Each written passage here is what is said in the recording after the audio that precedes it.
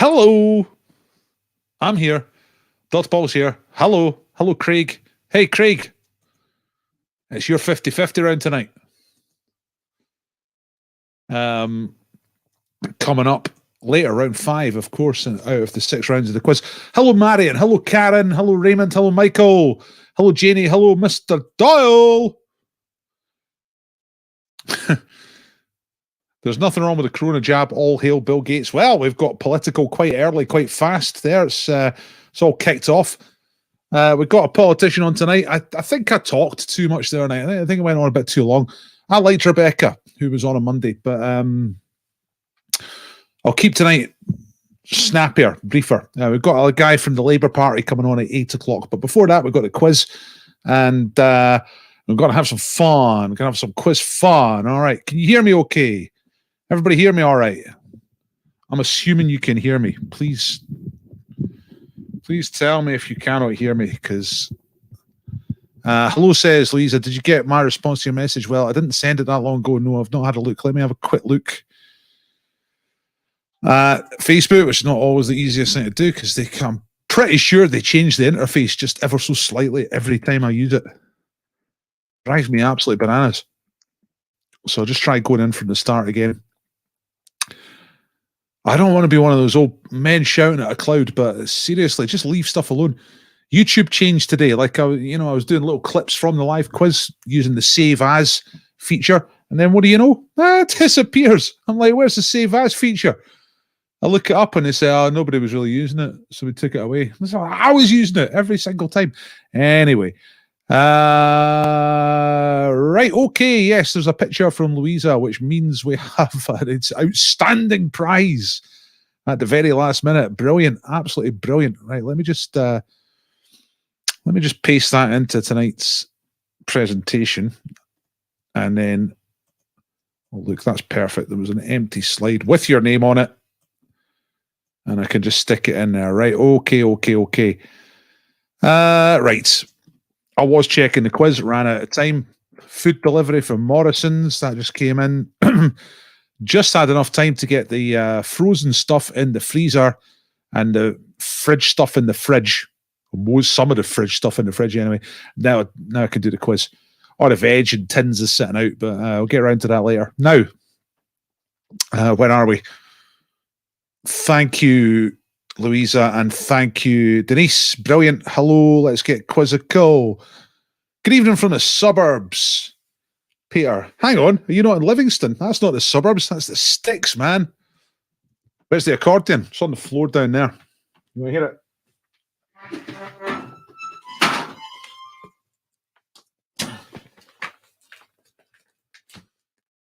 I'm only doing this because it's James the Baker. Anyone else, stuff it, but we'll see. Give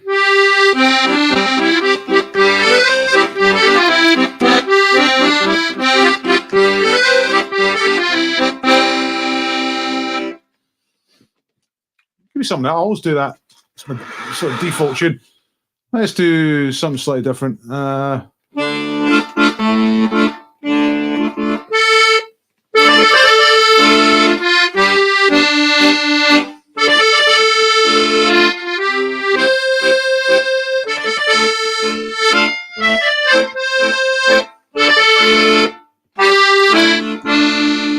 we go. That was mainly the ugly. Okay. Yes, I replied to her like not long ago, but if she's replied in the last 20 minutes, I wouldn't have seen it because Morrison's was turning up. Morrison's the supermarket, not James Morrison, James the Baker, #1 baker, the breed master, but Morrison's the supermarket at the end of Ferry Road. Ooh, that'd be good.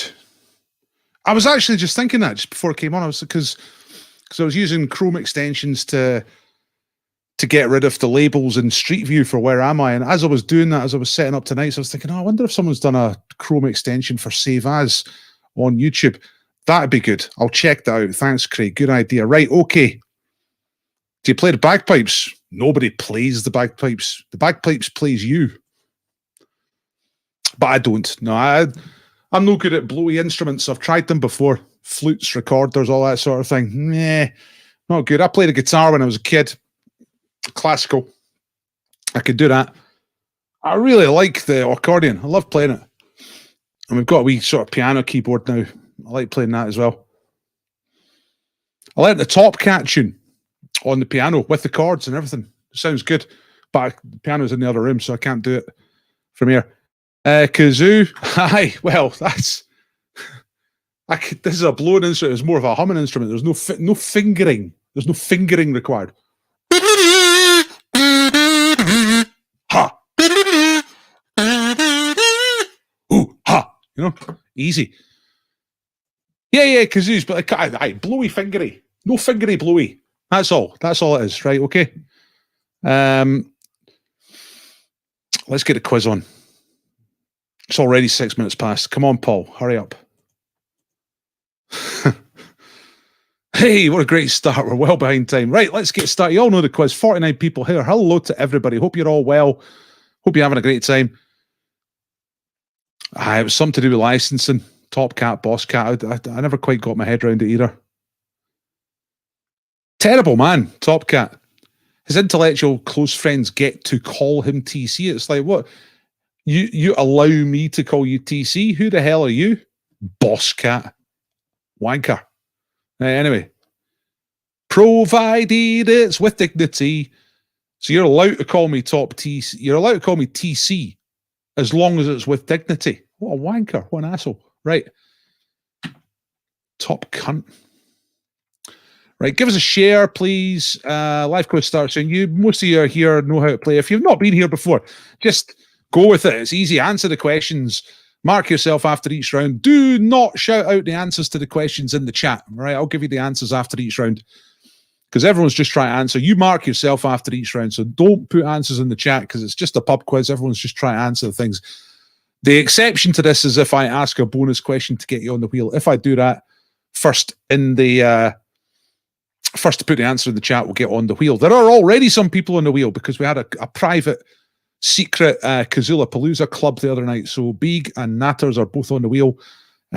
Louisa is on the wheel for providing us with a bottle of Jack Daniels. I'm beside myself. And Karen's on the wheel because she's doing a book for a prize. So let me just quickly show you about them prizes. There's Louisa. Okay, so yeah, that's the wheel of names. That's where you want to be. You can spin that at the end. Last time we played, Karen Duff, I am Smartcus, was right at the top of the tree, 76. Fabian's right up there. Let's get Quizzical. Pajero, Noodle Doodles, all these other people in place. Oh, yeah. Yeah, I thought it was something to do with that. That's right. Aye, Top Cat was 70s cat food, and BBC were not allowed to advertise, so they had to change it to Boss Cat. It's ridiculous, really. That's right. Yeah, Raymond and Jonathan both know it. I wanted to say something like that, but I wasn't 100% sure. So thank you to both of you. But that sounds right. Hire me to do a Zoom quiz. You got Zoom fatigue? Hey, do a quiz. You'll love it. Deadpool. Right, Herbie. That's James Baker and multiple guys. He's coming right up your path, and he could be coming up your path soon if you win the breed. Tonight, Herbie is the shop in the West End. Come on. Get down there. Look at the bread. It's the breed face. You could win some of that tonight. 4 loaves. Thank you, Karen, who's doing another book from her library tonight. Jesse Kellerman, Sunstroke. Don't know anything about it. Probably good because it's from. And here we go. Look at this. Just came in at the last minute from Louisa. Jack Daniels Jack Daniels whiskey of bottle. Unbelievable. Right, here we are. We're at the start of the quiz. 9 minutes past 7. We're a little bit late, so I'm going to hurry up here. So the first round is 5 questions where all the answers start with the same letter. So just get the letter and you're flying. You know what I mean? Here we go. Question number 1. What's the name of the island in New York Harbor?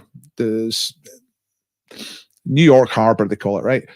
Which was the arrival point for over 12 million immigrants during the 20th century. So it was the main point of immigration for European immigrants becoming immigrants to the USA. What was the name of that little island?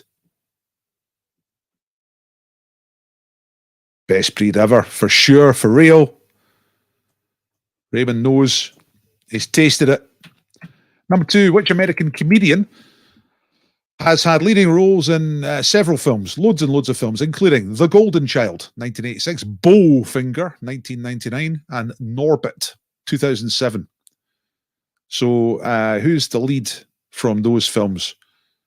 American comedy actor, all right, or first known as a comedian, more of a comedy actor really now.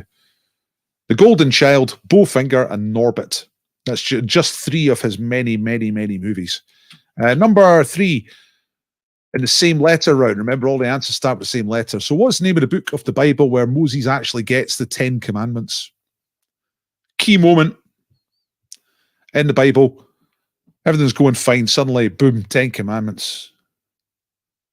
Moses gets them straight from God. According to him, no one else is there to actually see it. But what's the book of the Bible that includes that story? Number 4, code breakers. In the Second World War, what was the name of the German coding machine that Polish and British intelligence agents managed to crack? And some people say it changed the course of the war, because after that, we were able to read their messages, knew what they were up to, knew what Hitler had ordered from Sainsbury that week.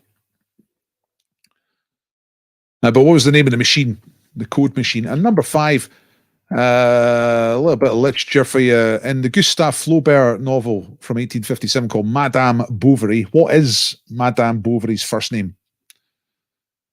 All right, she is Mrs. Bovary or Madame Bovary, but what's her first name? So, 5 questions there, and you should have 5 answers that all start with the same letter.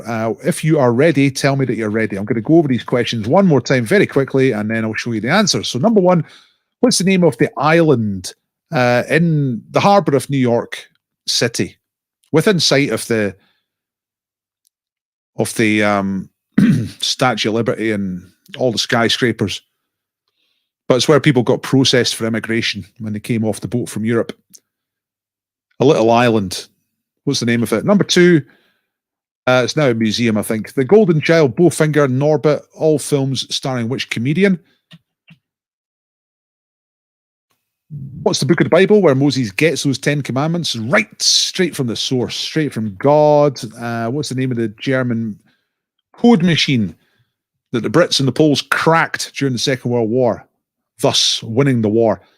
And Madame Bovary, and Tim doesn't know it. Tim's read the book and doesn't know it. So if you don't know it, don't feel bad. Tim's actually read the book and still doesn't know the answer. So it's obviously not a big deal in terms of the story. But you can guess. It's not an uncommon name, and hopefully you've got a letter by now. You know what I mean? Have a guess. That's the thing to do. Right, okay. Let's, you're all telling me that you're ready. Thank you very much. Let's hit you with the answers. Here we go. Did you get a letter? Letter E. Or East Fife.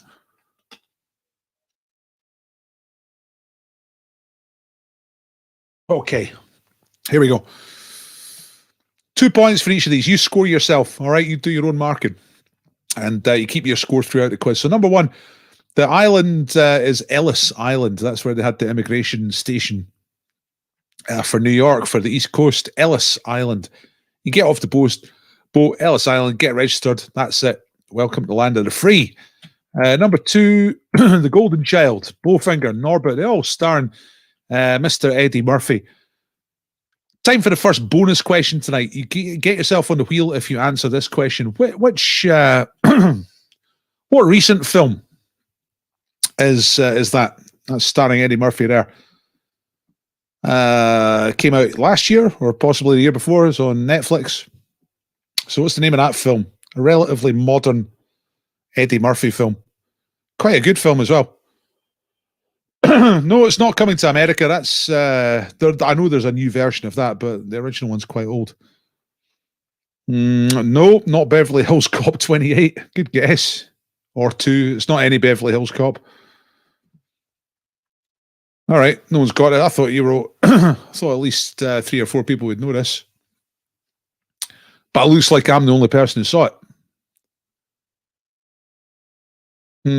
That's it. Chris has got it. Dolomite is my name. Dolomite is my name. Come up, motherfuckers, in my game. It's a good film. Aye. And it was just behind Dolomite. It's about Randy Richards or something like that, some filmmaker guy from the 70s. And Eddie Murphy's really good in it. Excellent. Number 3, Moses get the 10 Commandments. That's in the book of Exodus. Exodus is correct. Number 4, the coding machine from the Germans is called Enigma. And there it is. And, oh yeah, Madame Bovary, that is Emma.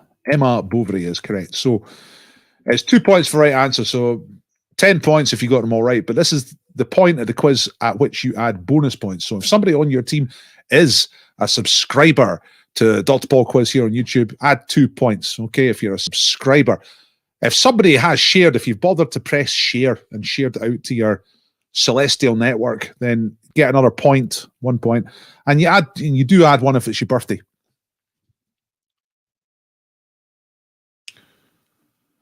No, not Eustachian Island. No, there's a immigration station. But if it had been the Eustachian immigration station, that would have been pretty memorable. There's all the answers to get it. Ellis Island, Eddie Murphy, Exodus, Enigma, and Emma. Okay, nice one for the Noodle Doodles on 13. Got them all right. Got the bonuses. 13 is the usual maximum, unless it is your actual birthday. If it is your birthday, let us know, because it's always nice to know when it's somebody's birthday. Ms. Duff on 13 points as well. What? Deadpool alert. The man who invented the Kinder Surprise egg has died. The pathologist who does his autopsy is in for a treat. Holy bananas. Raymond, that's good enough. That's straight on the wheel for Raymond. There's one comedy slot per quiz on the wheel. First person to make me properly laugh. And that's really bad, Raymond. Real bottom of the barrel stuff, but it's touched a nerve. I like it. It's made me laugh. So you're on the wheel for that. Eloise Bovary, yeah, that's reasonable. But Emma went for Eve. Oh, look, someone else enjoyed it. That's good. Not just me. We put Steve Martin initially and we're really confused. Oh, is he in one of those other films? Right, okay. Oh, everyone likes Raymond's joke. Superb. Nice one, Raymond. Okay, let's crack straight on. We're not mucking about tonight because I did start late. I need to get finished by 8 because we've got pub quiz versus politics at 8 o'clock. We have a guy called Graham McKenzie from the Labour Party who's standing in Angus South. So that'll be good. Okay. Oh, I see. I was wondering what you were talking about there, Emma. You didn't get your own name. Well, there you go. Staten Island, Steve Martin, Samuel, Sausage, Sarah. I guess that's all kind of reasonable, isn't it? Yeah. It's funny that when that happens. It sometimes happens in the pub when people get the wrong letter and somehow manage to get 5 reasonable answers, but with the wrong letter. Anyway, picture round. Here we go. Which EU country is shown in this outline? All right. This is an outline of which EU member state. 2 points for that one. Let you look at that for a couple of seconds. Number 2. It looks like you changed your mind to the right letter, but at first you got 5 S answers. There's no same letter in the picture round. It's just, that was just the first round. Okay, so number 2, from the typeface or the font, if you like, can you name this Brad Pitt film that came out in 1999? So this font that you can see over there was used on the poster and the marketing for which film? Big hit film, came out in 1999, starred Brad Pitt and used that type of writing on the poster. Is that a little bit obscure? Probably is. But the film's, the answer's not obscure. It's a well-known film. It'd be quite a tricky question. Number 3 is a small car. From which large European country was this small car made? All right. Little car there. Where's that from? Which European country is that car from? Big country, small car. Number 4, 2 points here, 2 separate points. Name the actress for 1 point and name the TV show for the other point. The show was a sitcom. It ran for a couple of years, 1999 to 2001, and the name of the sitcom is the same as a title of an ABBA song. All right, so lots of clues there. TV sitcom ran from 1999 to 2001. Name the sitcom for 1 point. Name the actress for 1 more point. That's question number 4. And the last question around, this guy's not particularly famous. I think he's well known in his field, but he's not a famous guy. But he's called Eli. I know that much. But how old is he? That's the question. So this is a can you tell how old people are by just looking at them question. So how old is this person? And you can have plus or minus 4 years. So if you're 4 years out, you get the points. If you're 5 years out, no points. So there we go. That's the 5 questions for the picture round. Let's see them again one more time. So name the EU country shown in this outline. Pretty distinctive if you know the country. You know the country. It's a place you've all heard of. Number 2, name the Brad Pitt film, 1999, that used that particular font or typeface. A big hit film from 1999. Number 3, in which large European country was this small car made? Just name the country, that's all, that car is from. Number 4, name the actress and name the sitcom. Sitcom is named after an ABBA song. And the last one, how old is this guy? It's Eli. I think he's some kind of academic, maybe famous for what he does, but not very well known. But the question is, how old is he? Have a look at him. How old do you think he is in that photograph? Okay. Right, we got ready. We got ready, and we got ready-ish. That'll have to do. So here we go. Here come the answers. Same again, 2 points for each of these. So number 1, that is the glorious and heavenly country of Greece. There's your Hellada. Greece. Literally the best country in the world. Greece. Okay, 2 points for Greece. Number 2 is Brad Pitt film. Fight Club is the answer. Should probably have shown you the poster as well, but I take my word for it. Fight Club, all right? First rule, don't talk about it. That is a Fiat, so it comes from Italy. Little Fiat from Italy. Number 4, 1 point for her and 1 point for the show is Kathy Burke, and the show is Gimme, Gimme, Gimme. From the ABBA song, Gimme, Gimme, Gimme, open bracket, A Man After Midnight, close bracket. I think that's the way they did it. But Gimme, Gimme, either way around. Well, if you got the whole thing or just the Gimme, Gimme, Gimme, then you get the points.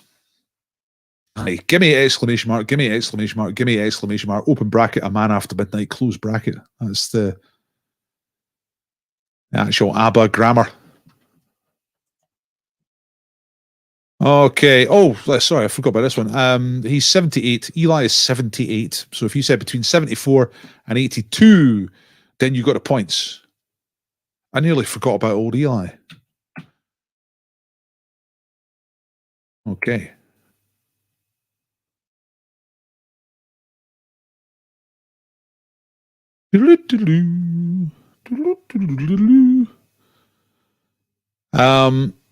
Bonus question to get on the wheel. What was the name of the Madonna song that heavily sampled Gimme, Gimme, Gimme, A Man After Midnight? It was a chart hit a few years ago. And it was basically an entire sample of that ABBA song. I'm just checking out what year it was. 2005, actually. Bloody hell, that's 15 years old or 16 years old.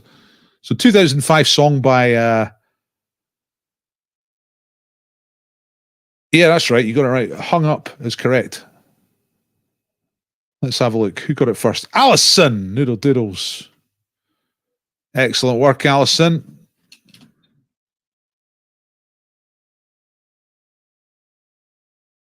Alison Noodle Doodles is on the wheel. Every little thing that you say and do, I'm hung up. I'm hanging up on you. I can't believe that's from 2005. That feels like 10 minutes ago. You know what I mean? Jesus. Okay. Right, let's go. So, how'd you get on? Went for Germany for the car. Nah, they like bigger motors, don't they? Italians like tiny, like an espresso. It's like a tiny coffee, a tiny car. You can have a tiny car. I take you for a tiny little coffee. Put France. Didn't think Italy's a big country. You try walking it, mate. North to south. It's a long way. It's a big country. Was she also in the TV show? Who was who in what TV show? What, Madonna? In Gimme, Gimme, Gimme? Nah, I don't know. Don't think so.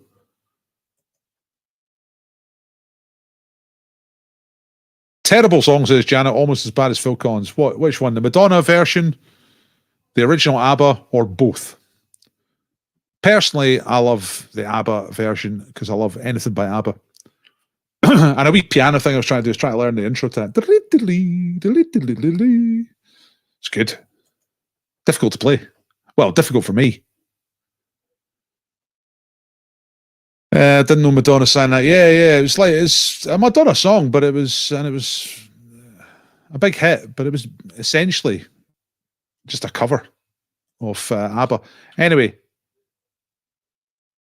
the Madonna song, like, right, okay. Kate Moss was in Gimme, Gimme, Gimme. Didn't know that. Nice one. Right, sound round. Here we go. I'm going to play, what we're doing tonight is voices tonight, all right? So there we are. There are some names. A mixture tonight of characters and real people. So I'm going to play some voices for you, and you've got to say who they are. All of the potential answers, all of the correct answers are on the list. So you just got to pick them off the list, all right? So where are we? Here it is tonight. Here is the first one, okay? Who is this? This is voice number one. Hang on a second. No, I need to put the volume up before I press play because otherwise you won't hear. Right, okay, here is voice number one. But I was cut up by a white van man. Oh. Yeah, which was very annoying. Really furious I was, but then further down the road I saw that he careered off the road and the fire brigade were having to cut him out using sort of those electric cutting. So I thought to myself, well, what goes around comes around. Peaceful. So what goes around comes around. Absolutely superb. Who is that? All the answers are on that list. Here's voice number two. Who is voice number two? Peaceful, bright, sunny morning, bit frosty, calm. It's a calm morning, unlike yesterday with the re-emergence of Alex Salmond into frontline politics. I think people will be alarmed that this election is going to be dominated by the bitterness with Alex Salmond and Nicola Sturgeon, but ever more about independence as well. Well, there you go. That's one man's opinion. Okay, who is talking in voice number three? I learned to love and appreciate things about English culture that I didn't grow up with. I mean, I grew up in the Midwest. My house had aluminum siding on it. I never heard of Georgian architecture before. I'd never been horseback riding before. I didn't know about fly fishing. I never drank ale. I mean, the list goes on and on. So we don't have any queens, and we have queens, but not. Someone getting a laugh there, right? Okay, number 4. Here is voice number 4. I said many times before, he made the modern game. It was going nowhere. Nobody wanted to watch it really, and he made it watchable and excitable, and we all owe him a great living. We all owe him a great living. That was one man talking about another man at the second man's funeral. All right, so a live person talked about a dead person at the dead person's funeral. One professional to another. And the last one is a character. Who's this?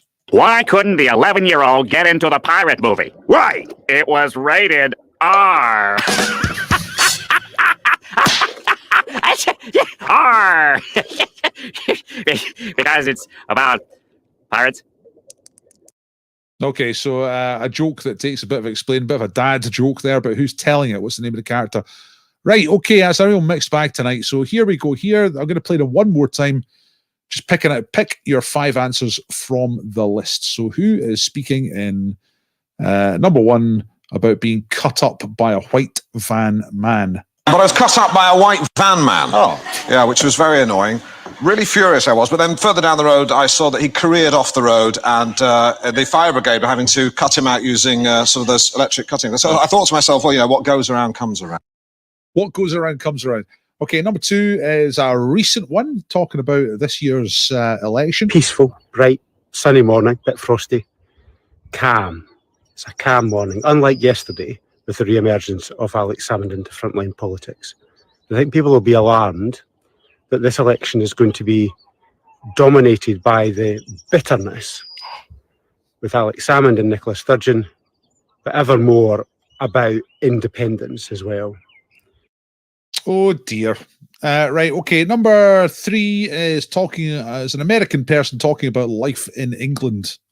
I learned to love and appreciate things about English culture that I didn't grow up with. I mean, I grew up in the Midwest.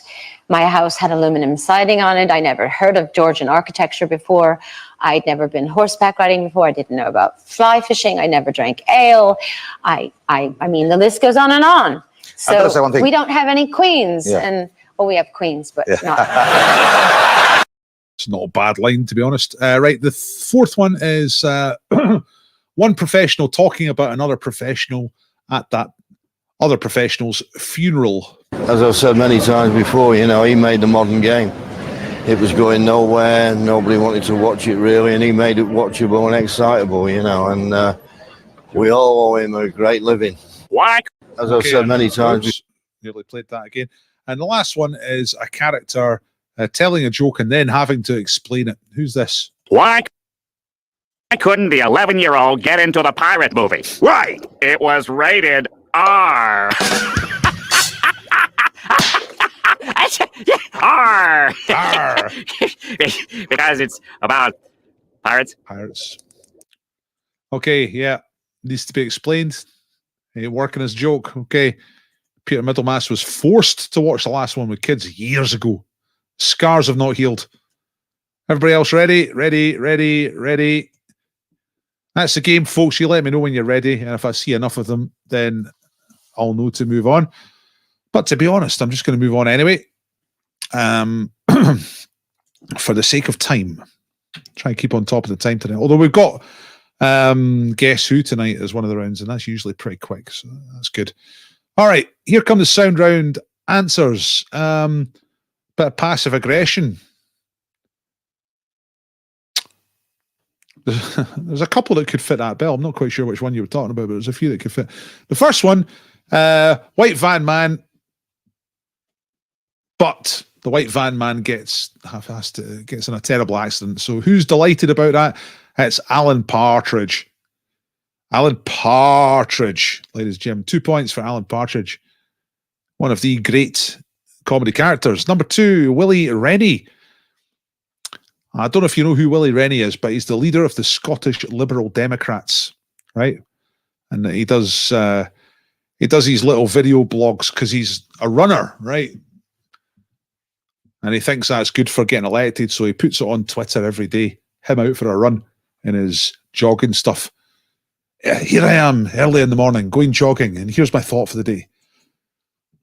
So that's who that is, Willie Rennie. Number 3 is talking about living in England despite coming from America is Madonna.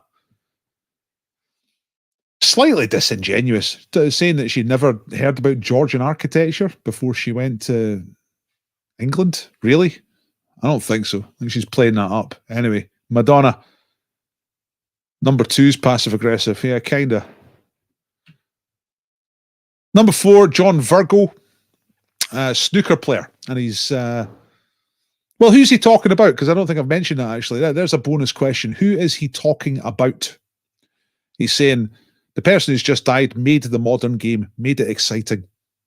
We all owe him a living. So who's he talking about? Which fellow snooker player Is he talking about? First person to answer that gets on the wheel. Yes, Alex Higgins is the correct answer. Whoa, loads of you know it. Loads of you in very quickly. Lorna Graven is in first. Nice one. So I go over here and I go to the wheel and I put Lorna G in there. Nice one, Lorna. For the Chameleons. You're on the wheel. Okay, that was 4. So number 5 is Squidward from SpongeBob SquarePants. All right, he's a squid, tells jokes. That he ever gets heartburn with a name like that. Aye, Willie Rennie. I think they're, Denise is in Dublin, so I don't know if you know, we've got Scottish Parliament elections coming up, right? And they can't knock on the door these days, so it's all leaflets, tons of leaflets come through the door. I've had a couple from the Lib Dems, and the Lib Dem ones seem to say, they use Willie Rennie's name a lot. I think they've done a focus group and they've found out that people don't really know who Willie Rennie is. So all their posters are like Willie Rennie's Liberal Democrats, Willie Rennie's Plan for Recovery, all that sort of thing. But yeah, handy in cases of heartburn, definitely have that guy about. Maybe that should be his policy. Might get elected that. Cure Scotland of heartburn. But then the only way he could promise that is if he's going to take away our fried breakfasts. So that's not going to be popular. Hey, Alan Robbie, do team are hanging about. Snooker connection. All right. Alan Robbie, do doesn't it like second lockdown birthday? Nah, it's pretty poor. Bad time of year. Okay. Thanks, Louisa. 10. We've got some 8s. Had a guess on the last one. Got 10 out of 10. Nice work. Good round for the Chameleons. Lumpgrave got 8. Tim got 8. Okay. Man, that wasn't too difficult. I think Willie Rennie's a difficult one, and depends, doesn't it? Squidward. You might not know that. Okay. Right, let's get on with it. Well, it's crypto. Time for a crypto. So don't shout out answers to this one. This is just keep the answer to yourself. If you do solve this before the time's up, you can say in the chat that you're ready or you've done it. But everybody gets 60 seconds, so don't shout out the answer. And you're going to try and solve a cryptic clue to give you the title of a song that came out in 1971. So you ready? 60 seconds. Here we go. Romany gentleman of the road, partial to illegal acquisition. Okay, and there's the number of letters in the title. 4 words, a 7-letter word, 7-letter word, 3-letter word, or a 7-letter word. Romany gentleman of the road, partial to illegal acquisition. Marion's got it straight away. Mr. Doyle's got it as well. And still 30 seconds to go. Beag was hanging out for a Gordon Brittass clip. I'll do that next time. And it was very popular, wasn't it? Brittass Empire. I never really watched it. I mean, I know what it is, but like a lot of shows, never watched it, but I kind of know what it is.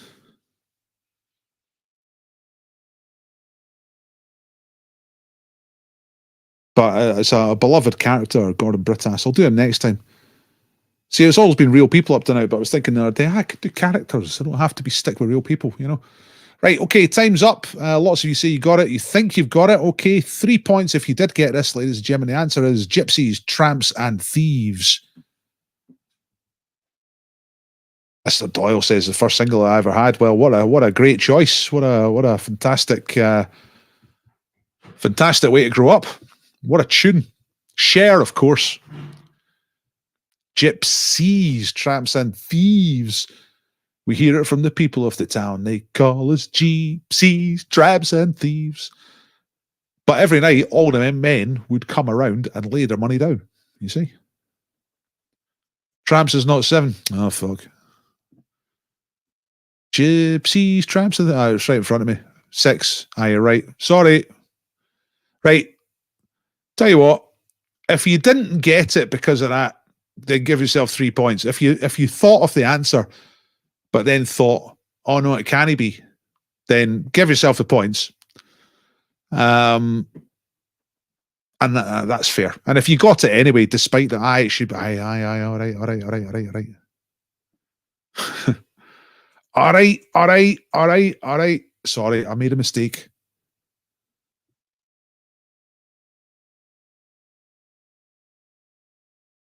Aren't the Romany gentlemen are the gypsies? No, the Romany are the gypsies. The gentlemen of the road are the tramps. Illegal acquisition is thieving. 3 different things. So who was that first? Surely it's Louisa. Yes, it is. Nice one, Louisa. That gets you on the wheel for a second time. Because you know the rule, folks, if you spot a mistake on my slides and you point it out and you're correct and you're first and I don't spot it before you, then you get your name on the wheel. So Louisa has done that. Yeah.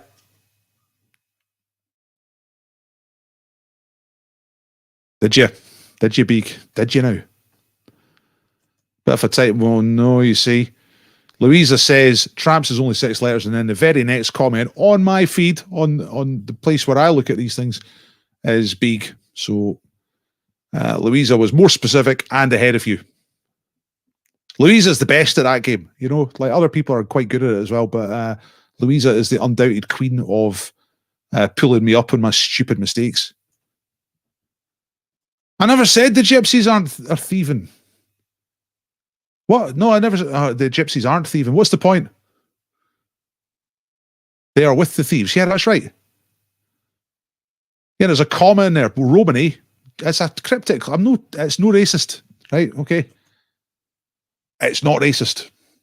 Right, I better get on with this. Thumbs up, please. If you like the quiz, please like the quiz with a thumb up. Thank you very much. Right, here we go. Guess who? So hiding behind the grid is a famous person. You have to identify who. I'll give you a series of clues, and the clue at which you get the right answer is how many points you score. So here we go. The first clue is for 10 points, and it's a person who was born in 1952. His real first name is Lawrence, and he grew up in Chicago. All right. So have a guess, even if you're not sure or really don't know, then have a guess anyway. Because you can change your mind, and if you just happen to get it right, then you'll get the 10 points, even if you change your mind and then change it back later on. So just have a guess, all right? Know what I mean? Yeah, grew up in Chicago, born in 1952. Right, okay. I was just checking the Chicago fact. That is true. In the 1970s, this guy worked as a bodyguard for Michael Jackson and Muhammad Ali and Diana Ross, amongst others, earning up to £10,000 a day as a bodyguard in the 70s. So who is this? That's for 8 points. If you get it at this point, you get 8 points. Lots of you think you have it, or a few if you think you have it. Don't shout out the answer for this one, folks. Just keep it to yourselves. Let's carry on with the clues. Here's the 6-point clue. He's known for, you can't really see it there because of the headscarf, but he's known for the Mandinka hairstyle. That is the name of the type of hairstyle that he sports, or is most famous for wearing. The Mandinka hairstyle. Who is this? If you get it here, you're on 6 points. Lumpy Gravy, I've got it. Janice thinks she has it and then says, well, no, I don't have it. Peter got it at 8. Let's carry on. Let's go down to the 4-point clue. Changed his surname to a single letter in 1970. All right. Previously had a kind of normal surname, or a more common surname, put it that way, and then changed his surname to a single letter in 1970. That's for 4 points. Louisa says she was way off. Sounds like she got it now, though. And the last one for 2 points, if you don't have it yet, there's the rest of the squares. Hosted a reality television show in 2006 titled I Pity the Fool, which is named after one of his catchphrases. And he also was very famous for appearing in the TV show The A-Team. Might still be right. Oh, this is a good one then. If people are switching around all the way, right? That's the 2 point question. Now, if you still don't recognize him and still can't get it from all those clues, it's time for the reveal, and it's Mr. T. There he is. Oops, Mr. T, who of course played B.A. Baracus in A-Team. Yeah. I mean, like, it was kind of difficult to find a picture that didn't just instantly give him away. So that's why I went with the headscarf one. Really interesting stuff on his Wikipedia page and just stuff about him. John's anticipating a bonus question there. That's not what I'm going to ask. Aye, yeah. If you know who it is, if you knew who it was, it doesn't really matter what you write. As long as if you knew who it was, then you get the points. Right. What am I going to say for a bonus question? Which film did his "I pity the fool" catchphrase come from?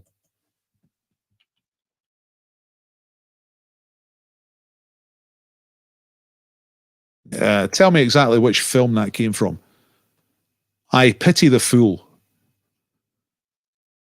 Well, yeah, but which one? I said exactly which film. Rocky 3 is correct, and it's Louisa. A few of you got Rocky before that, but Louisa is the first one to get exactly Rocky 3. You know what I'll do? I'll put you on the wheel. Well, I'll put Louisa on the wheel, obviously, but I'm going to put... Who was the first one just to say Rocky by themselves? It was Gary. So I'll put Gary on the wheel as well for firing straight in there with Rocky.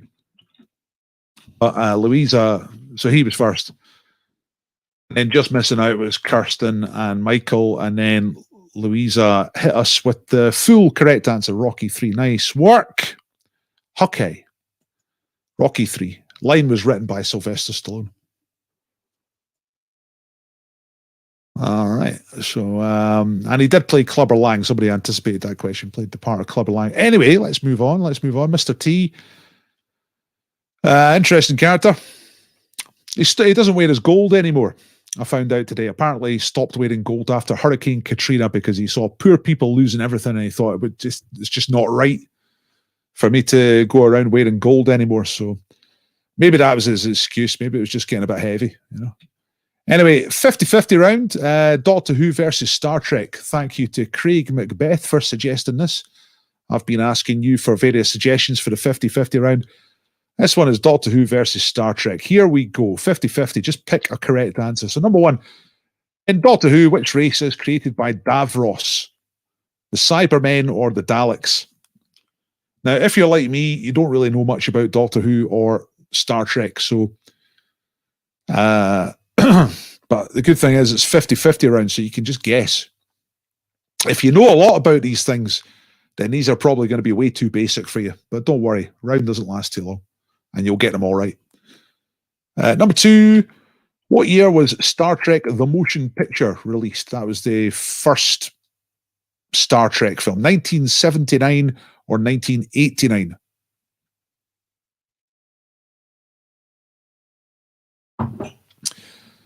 Mr. Doyle saying ready already. I think that's probably because he's a fan of these things and will know all the answers. Which British screen star has appeared in 3 different franchises? Star Trek, Doctor Who, and Star Wars. Is it Billy Piper or is it Simon Pegg? All right, which one of those British screen stars has appeared in those 3 different worlds? You know, there's lots of different film and TV created, but this person has appeared in the different worlds for all of them at least once. All right, Billy Piper or Simon Pegg? That's a great idea for a round. Big, my record collection, 1974 to 1984, but you would have to send me an itemized Excel sheet, you know, a list, something I can work off, because I obviously don't know what your record collection consisted of. I could probably make a few guesses, but I would need a tabulated list. Number 4, according to the television series Doctor Who, how many hearts does a Time Lord have? 2 hearts or 3 hearts? So how many hearts has Doctor Who got? 2 hearts, like Phil Collins, or 3 hearts, like, I don't know, 3 hearts, like three of hearts. I can't really think of anything for 3 hearts, but 2 hearts beating as just one mind. The Beast. Question number 5. Which of the shows gave the inspiration for the name of the 1980s chart act T'Pau? Is that from Doctor Who or Star Trek? So T'Pau, 80s band. Carol Decker was the singer. China in Your Hand was their big hit. But where did that name come from? Did it come from Doctor Who or did it come from Star Trek? Like an octopus, of course. Yeah, quite right. Okay, so that's 5 questions. I'm going to go over them one more time for this 50-50 round, Star Trek Doctor Who. So who is created by Davros? Is that the Cybermen or the Daleks? What year was Star Trek the motion picture released? That's the first Star Trek film, 1979 or 1989. Number 3, Star Trek, Doctor Who, and Star Wars. Who's appeared in all of those franchises at some point? Billy Piper or Simon Pegg?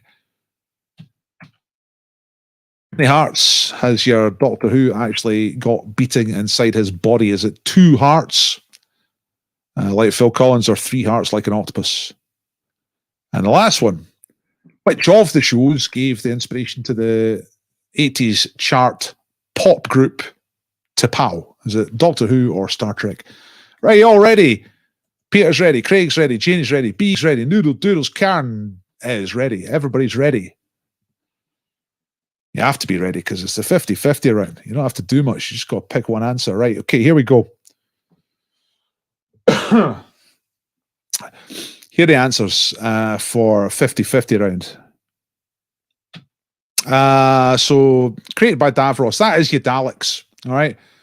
If you take a lid off a Dalek, there's a wee slimy thing in there. That's a Dalek.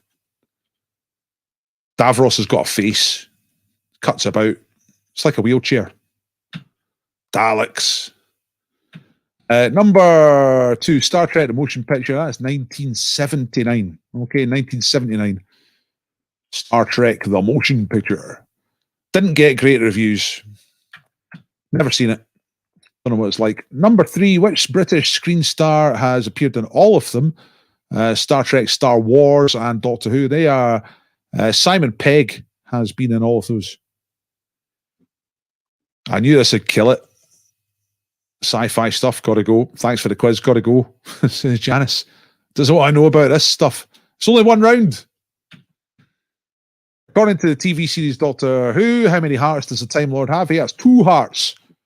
2 hearts in one Doctor, which is kind of greedy. How comes from the inspiration of Star Trek?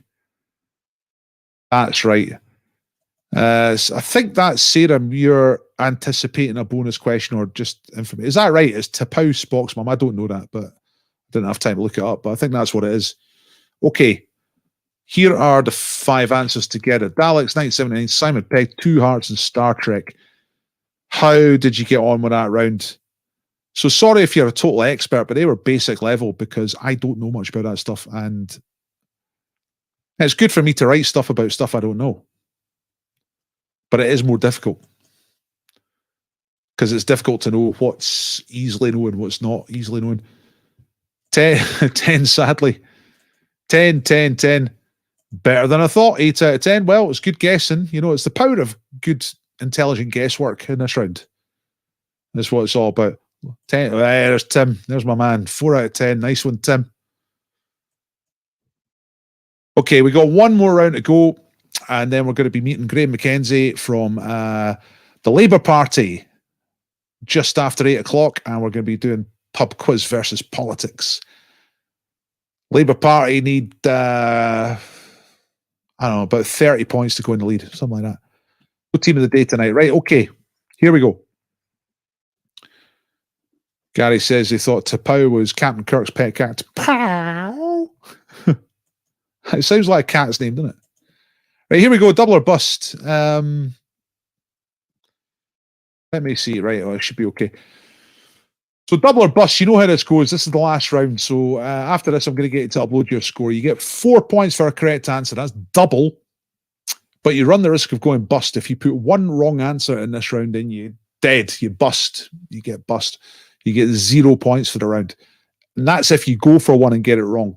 To avoid getting bust, you can leave blanks. You don't have to. You do not have to answer every question. You choose which ones you're going to go for. Okay, let's go. Here is the final round tonight. Kids stuff. Number 1. Which children's television series was first broadcast in 2007? So quite modern, and has led to films with titles The Farmer's Llamas and Farmageddon. So it was a popular TV show at first, and then it got turned into films. The Farmer's Llamas and Farmageddon. What's the name of the franchise? What's the name of the show? The original show. It's British, right? So you know that. Number 2 is about words to do with animals. If a dog is a canine and a cat is a feline, what kind of animal is lupine? Can be referred to as lupine. All right, that's question number 2. I know it doesn't, but I'm not going for that, Louisa. It's not a mistake. It can have a capital or it doesn't have a capital. I'm okay with that.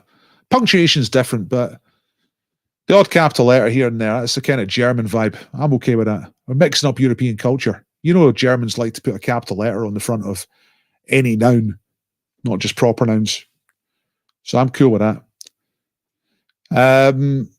So canine and feline, but what's a lupine? That's number 2. Number 3 is another animal question. On which continent are pygmy hippos found in the wild?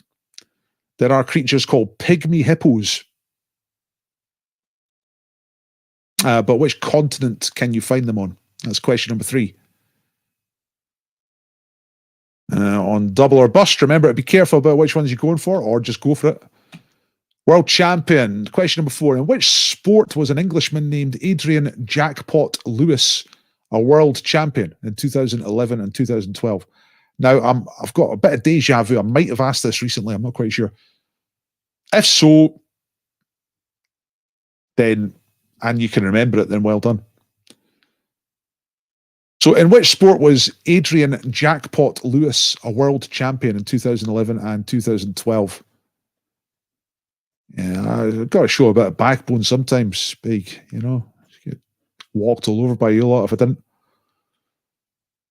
Number 5 is a what year question. So to get the points here, you have to get within 4 years of the correct answer. So what year did both these things happen? Albert Finney starred as Hercule Poirot in Murder on the Orient Express, a film. And Lord Lucan disappeared after being accused of murder. All right. Member of the House of Lords. Probably killed his home help, his nanny or maid, something like that. The help, anyway. And then did a bunk, disappeared. So what year did those things both happen? You get within 4 years. So if you're 4 years out, you get the points. If you're 5 years out, you bust. Okay, so careful what you go for. Tell me if you're ready. I'm going to recap these one time. Then we're going to get the answers. And then it's going to be pub quiz versus politics. All right, question. Here are the 5 questions again for double or bust. The Farmer's Llamas and Farmageddon. British kids TV series. First out in 2007, then became those films. So what's the name of that show? What does lupine mean? Dog is canine, cat is feline. What is lupine? That's question number 2. On which continent are pygmy hippos found in the wild? That's number 3. Number 4, Adrian Jackpot Lewis was a world champion. 2011 and 2012. What's the sport? And the last one is what year? Albert Finney was Hercule Poirot on Murder on the Orient Express. And Lord Lucan, known as Lucky Lucan, kind of accidentally murdered his nanny and then disappeared in that way that people do when they've just murdered somebody. And they need to get away. You know what I mean? Well, hopefully you don't know what I mean. Hopefully you've got no idea about that sort of thing, because, you know, most of us are not murderers. Right, you tell me when you're ready. What we got? Mr. Doyle's going for 4. Miss Duff's going balls out. Yes.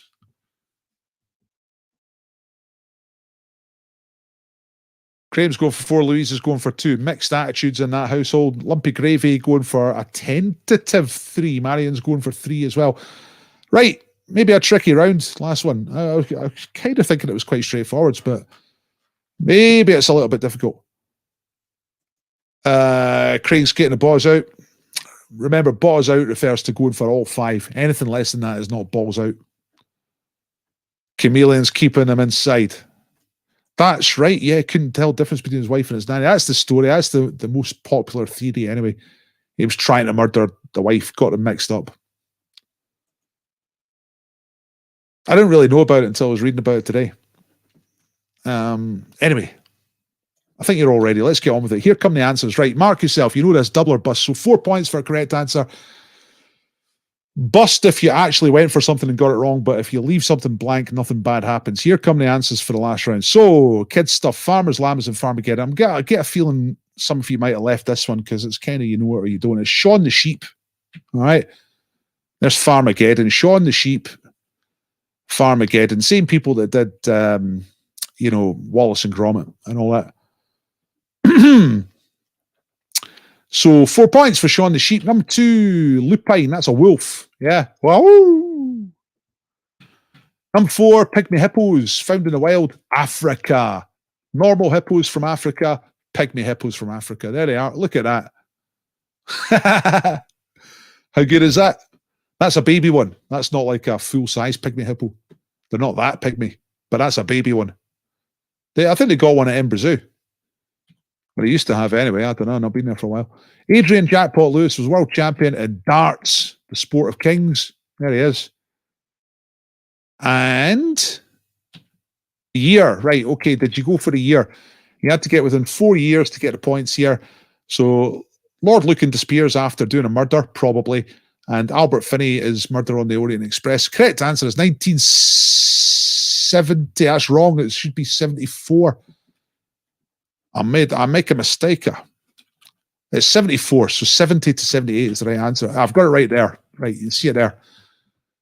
Wee mistake on the slides, but I spotted it first. You're all right. How did you get on, folks? I'm going to give you the link to upload your scores. And then we are going to be playing pub quiz versus politics any minute now. So score upload. Here's the link. I want you to play along with pub quiz versus politics tonight and see what score you get. Because I've not really asked you that before. Now, I've got a wee bit lost. Here we go. Thank you, Craig. Yeah, tips. I nearly totally forgot. So thanks very much for doing the quiz, everybody. I do this for sheer pleasure, but I also do it in the hope of getting a few tips. So if to supply my family with basics like food, supply the family with love, that's all right. I can do that, but actually give them dinner, need some money, and I still can't earn any money. Maybe midway through May. This is the latest thinking. 17th of May, maybe can drink inside. Maybe we can do a pub quiz in a pub. But it's now over a year since I made any money in a pub, and I'm on the verge of bankruptcy. So any tips that come in are absolutely appreciated. Thank you to those who do. Thank you to you if you have donated, and if you do donate, I really, really appreciate the ones that do come in. So that is the link for donations that I'm just putting in the chat just now. And you got the score upload one in there as well. Right, Lumpy Gravy 60 in the end. Got 16. That's a good score. I'll be all right. I should be top half. 53 for Janie. Nice. 68. That's a belter. Nice work, Janice. That's right. Yeah, Adrian Jackpot Lewis was called Jackpot because he won loads of money in a casino, but was too young to claim the prize. That's right. Yeah, because he had to be. He was in America. I think he was in Vegas, and he won some slot machine or something like that. But he's under 21, so he wasn't allowed to. So he's allowed to play it, but you win a load of money. You know, oh, you can't have that, sir. You're too young. That's a swindle. Best score ever for Peter, 71. Nice work, Middlemass team. Right, let's get on with pub quiz versus politics. Let's say cheerio to this quiz, and let's say hello to Graham McKenzie. Hello, Graham. Hi, how you doing? Oh, good, and you sound terrific as well. Can you hear me okay? I can hear you fine. Right, now, Graham, you are the Labour candidate for Angus South. Is that correct, yeah? Yes, correct, yeah. Where is Angus South? Because we're all quite metropolitan down here in Edinburgh, and we don't really care about the countryside. So, Okay. that's most of the people watching. We have a few people in some scattered out areas, but mostly we're Edinburgh people down here. So, just for the benefit of our city slickers who are watching, tell us roughly where Angus South is. So Angus South is north to Edinburgh, just above Dundee, and just below Angus North and Mearns, which is below Aberdeen. So right. So what right have you in got? the middle. Have you got Forfar? Is that in the constituency? So we've got Forfar, Kirriemuir, Arbroath, Carnoustie, Moneyfaith, and everywhere in between. Letham, Muirhead. So it's quite a big area. Or is that someone else? So I take Arbroath in Angus South. Yeah. Nice. Montrose? Montrose is Angus North, so I don't need to travel that far up from my house, which is not too bad. Well, how's your campaign going? Yeah, good, positive campaign. Doing obviously a lot of phone banking, because we're not allowed to hit the doorstep, which is fine. Phoning's good. You don't get doors slammed in your face as much, which is You get phones slammed in your ear instead. Occasionally, yeah, which it is preferable, I think, to getting a door slammed in your face.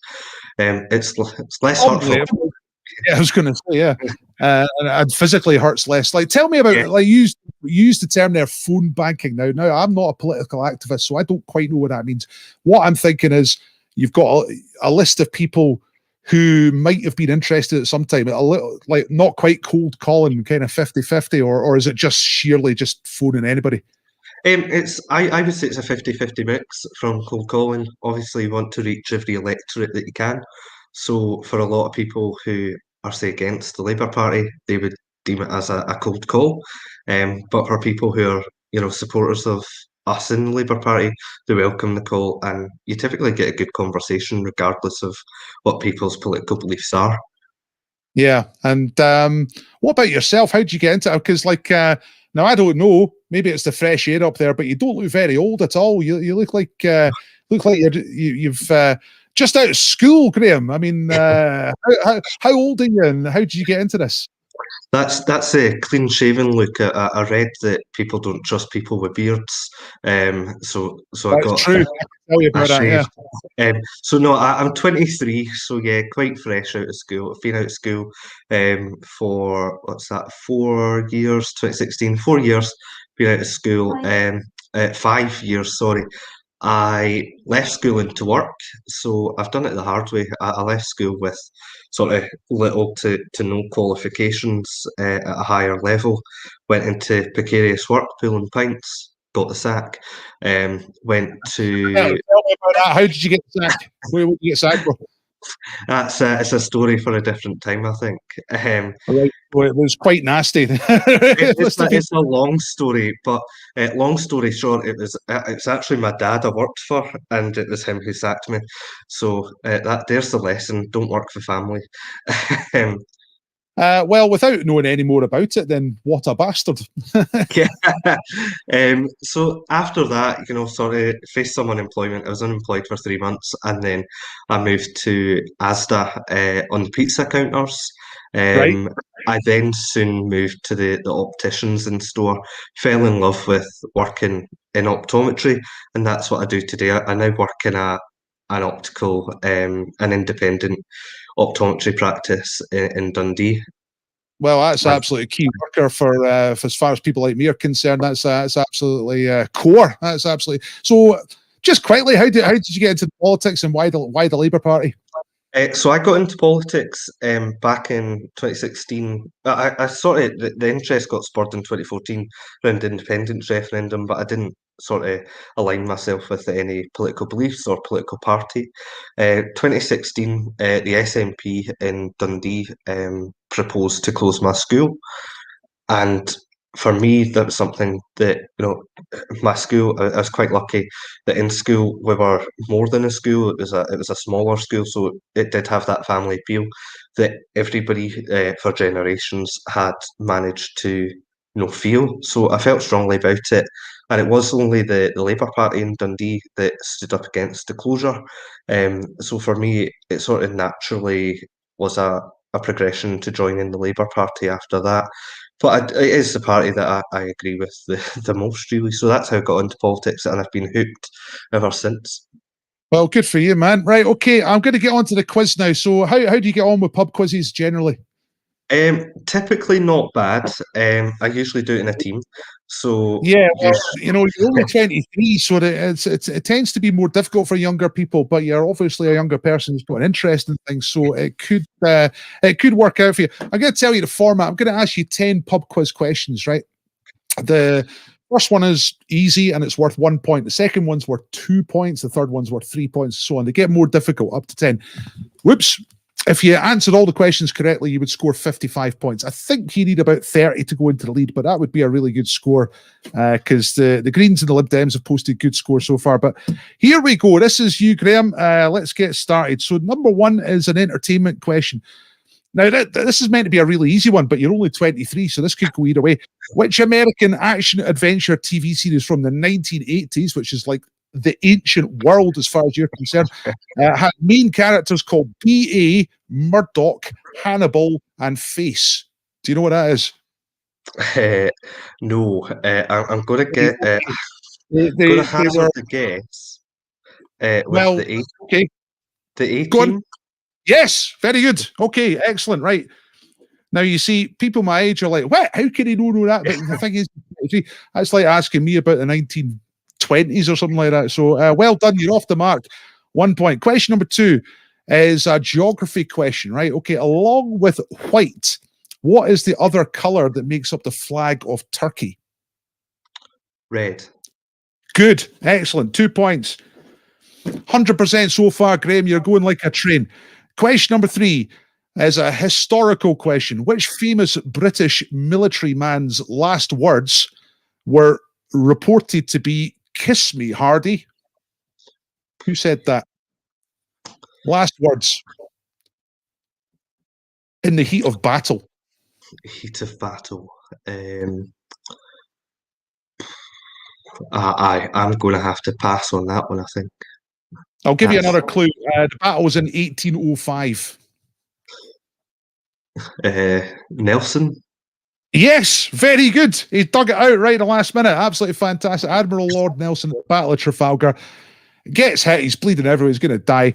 Last thing you think of is "Kiss me, Hardy." So there you go. Great British hero. Right, number four is a little break from having to think too much. It's a 50-50 question. All right, so try this one. For the first serve in a tennis match, which side of the centre line does the server have to stand? On the right side or on the left side? Left side. So for the left side, you're saying, is not correct. It's the right-hand side. You're not a tennis guy, nah? No. It's all golf up here, isn't it? That's it. Home of golf is across the bridge. So You're a golfy person? not really, no. Nah, you've got no time for it. You're too busy trying to win an election, for God's sake. Exactly. You can't play golf. And work, yeah. Yeah. And yeah, and fixing up people's vision as well, which is much more important than golf. Question number 5. Which material was invented in 1935 by a guy called Wallace Carruthers and was intended to be a synthetic replacement for silk? All right, so 1935, a material that was invented by Wallace Carruthers, a synthetic material, a synthetic replacement for silk. What is that stuff? Polyester. That's a pretty good guess, but the right answer is nylon. All right, nylon. So bad luck there on the science question. But we're getting up here. You'll get. I think you'll have a crack at this one. Number 6 is about Scottish language, right? There was a survey in 2007 to find Scotland's favourite word. Which word, meaning an idiot, came top of that survey? Egypt. Oh, that's a really good answer, but not correct. It's numpty. That's very central belt. That's a central belt question. Well, that's where we all live, you know. Like I know there's a few people in various sort of primitive villages north of the Gap. But, anyway, numpty was. Egypt's a perfectly good guess. I feel a bit sorry for you for that one. Right, here's another 50-50 one for 7 points. All right. In which, and this is a politics one, actually, in which decade did Anthony Eden resign as UK Prime Minister? Was it the 1930s or the 1950s? 1930s. No, it's the 50s. He was involved with the Suez Crisis. But again, that's well before your time, so bad luck there. Okay, here come the difficult questions now. Questions 8, 9, and 10. Number 8, in Greek mythology, your favourite. What was the name of the great warrior who killed Hector at the siege of Troy, but then was killed himself by an arrow which hit his heel? And that's the important bit in that question. Achilles. Yeah, perfect. Good answer. Great answer. That pulls you back up there. Right, you could have a good little run at the end here and get right back in the scores. Question number 7. You'll know this one as well. You'll know the answer. You'll know the name of the answer when you hear it. Which city in the Rio Negro province of Western Uruguay gives its name to a brand of tinned pie popular in the UK? Now, you would have experienced this when you were working at Asda, yeah? So a pie in a tin that's named after a city in Western Uruguay. Can you think what that name is? Free Bentos. Yeah, absolutely. Fantastic. Aye. The city of Frei Bentos used to be the centre of the Uruguayan. I'm going to have to visit now. Well, it's a great place. We've done it here on the quiz we do, Where Am I?, which is actual street view from around the world, and people guess where we are. And Frei Bentos looks like a happening town. Right, here you've done really well. You've come back. You've got the 8 and the 9.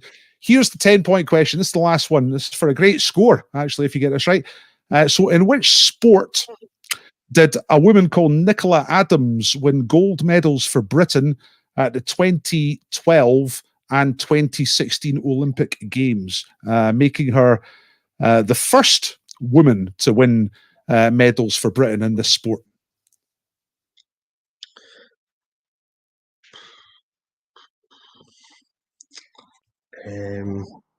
So Nicola Adams, 2012 and 2016, won gold medals for Britain at a particular sport. Yes, good answer. Absolutely fantastic. You're done. Right, okay, Graham, that was a really good comeback in the end. We got 17 and 10 is 27 and 30. 33 points in the end. Oh, thanks. It's just like Popmaster. Very much. It's exactly Champions League Popmaster format, exactly. You know Popmaster, you're a good guy. Do you offer one-year-out T-shirts? I don't offer anything at all except the chance to spread your message of collective ownership of the national means of production. So, well done. That's 33. That's a really good score. Anything over 30 is fantastic, and a great comeback at the end there. That was a topper, says James Morrison. Begas, please. Woohoo. Did all right for a young one. Yeah, absolutely, Gary. Right. Yeah, they're impressed. Jonathan said 36. Oh, is that what he got? I thought he was maybe correcting my addition. Let me just see. 17, 27, 30. Yeah, 33 is your score. Pretty sharp, says Marion. Well done, says Jerry. Very, very, very good. Absolutely brilliant. Right. So how do you feel now that it's done? Because I saw you on Twitter earlier today saying you're a bit slightly nervous about this. Yeah, I think it was just going solo. Like I said, Yeah. I'm usually part of a team in a pub, and usually half cut as well. But no, it went fine. Out of interest, what was Graham Downey's score? Graham, I can't remember right off the top of my head. I could look. It'll take me a couple of seconds, but I'll tell you. I should. You know what I'm going to try and do? I've not done this yet, but I'm going to try and update the scoreboard live, which I haven't done before. Let me just have a little look at this political candidates. I wasn't going to do this, so I've just got to do a slight bit of messed about. Graham Downey got 37, actually. Well, you know, that's the third best score so far. So you did better than our Liberal who was on Monday, and you did better than the Tory who was on last week from Cowdenbeath. Both nice people, but you outscored them. So let me just put that in here, 33 next to your name. And Let's then, just hope let's just hope out do the Tory in Angus South as well. listen, I'm going to show you something good because I've just updated this scoreboard, and I'm going to show you. I'm going to try and show you the scoreboard now, and there's probably some good news here for you and the Labour Party. There we go. Can you see that? There you are. Look, you're top. Can. There we go. Perfect. Yeah! I'm sure I'll have done Graham proud. Yeah, he'll be pleased. So 70 points after 2 shots for the Labour Party, 67 for the Liberals, and Green, SNP and Tory have only played once. Green had the best showing so far. So that you've done really well. That's fantastic. You've put the Labour Party right to the top. How likely is it that you're going to get elected in Angus South? In Angus South, at the moment, I'm third behind the SNP and the Tories. So there's a 4,000 majority for the SNP. I think there's a couple of thousand votes between me and the Tory. So I'm positive. That's not like a complete dead loss, then, is it? That's possible. It's not. It is possible. So I'm hopeful. I think anybody you ask who's standing for election is going to say they're hopeful. Fighting it as I can win it. So fingers crossed, and hopefully it can happen. Yeah, hopefully. Well, thanks for joining us tonight. You've done a really great job, Graham. Thanks for coming on, and great to hear your story as well. Working in the pub, sacked by dad, Asda, optometry, politics. That's the way to go, folks. And all before the age of 23, all before the age of 24, anyway, put it that way. So, listen, well done. You're a champion. You're top of the table. Thanks very much. Cheers. See you later. Bye. Well, he was good. He was great. That is Graham Mackenzie, who scores 33, and it gives Labour 70 points overall. It puts Labour at the top of the table. Absolutely great stuff. I was a wee bit worried for him in the middle of the quiz, to be honest. That wasn't going too well. And he got the 50-50s wrong as well, which is a little bit unlucky. In fact, if he'd got those right, he would have got a totally fantastic score. How did you lot get on? Didn't get numpty, said Lorna. You know what? Now that I saw some of your other comments about Dunderhead, which I never really thought of. But yeah, and Egypt was a perfectly good answer. Although I tend to think of that as being more Irish. But Lorna and Marion got full marks. Nice work. Right, we got time for games for names before I spin the wheel. I think we have. I've gone on too late again, haven't I? It's 24 minutes past. I need to speed these things up. But I quite like talking to the guy. Quite liked him. Anyway, games for names. Right, we've got a little bit of where am I already. So where am I? Where am I?